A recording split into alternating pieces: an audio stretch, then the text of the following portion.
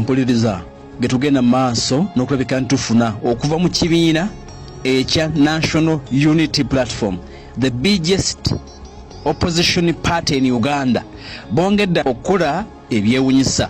NUP eyongera okulaga nti ddala kituufu be babedde mu byobufuzi eby'eggwanga lino bakola bingi ebitalabwangako, ne mu kaseera kano tutegedde nti nga twolekera akalulu aka 2026 ekibiina ekya the National Unity Platform batandise enteekateeka ez'okuteekawo unities ez'enjawulo ezigenda okuuma atuuliriza akalulu abali mu buyinza mu kibiina ekya NRM, mu gavumenti ekulembera General Yoweri Kaguta Museveni, mu security yogamba nti ekulembera mu kaseera kano General Muhoozi Kainerugaba, babadde bakyagenda maaso n'okuba nti basatira oboolyawo ne bafuutu soja abayitirivu ennyo ekibiina kino be kirina, nga n'omukulembeze yennyini Robert Kyagulanyi Ssentamu gye bavuddeko yerangiridde n'agamba nti bagenda kuteekawo eggaali ez'enjawulo ebibinja bye bafuutu soja okwetoola eggwanga lyonna. Security neddamu n'egenda maaso n'okulabika nti yasattidde. Kati ampuliriza tubadde tukyali awo ekibiina kya National Unity Platform nga bwe bataggwayo balinga luviiri lwa ggaali. Aba NUP ampuliriza babano balina enteekateeka batandise okulondawo obukiiko bawise VPU. NUP ampuliriza obulidde bulungi, batandise okutondawo kibayise VPU, Vote Protection Units eziwerako. NUP egamba nti kekadde twolekera 2026 mu Uganda okubba obululu n'erinnya Uganda obiteeka mu kutiyemu kasita owulira nti waliwo okulonda wabeerawo abateeseteese okubba akalulu. Kati NUP egamba nti nga bwe twakoze kawempe akalulu kaffe tekagenda kuddamu kubbibwa, kikafuuwe tugenda okukuuma vote, ojja kutuulira.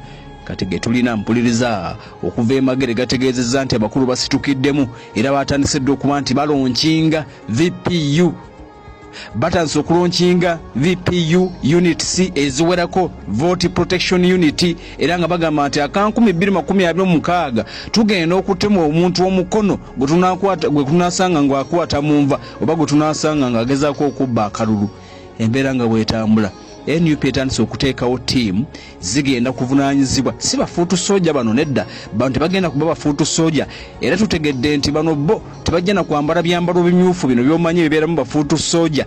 Unity egenda kubanga yakyama naye nga bamekinga sure nti akalulu tekabbibwa okwetooloola atuuliriza eggwanga lyonna come 2026.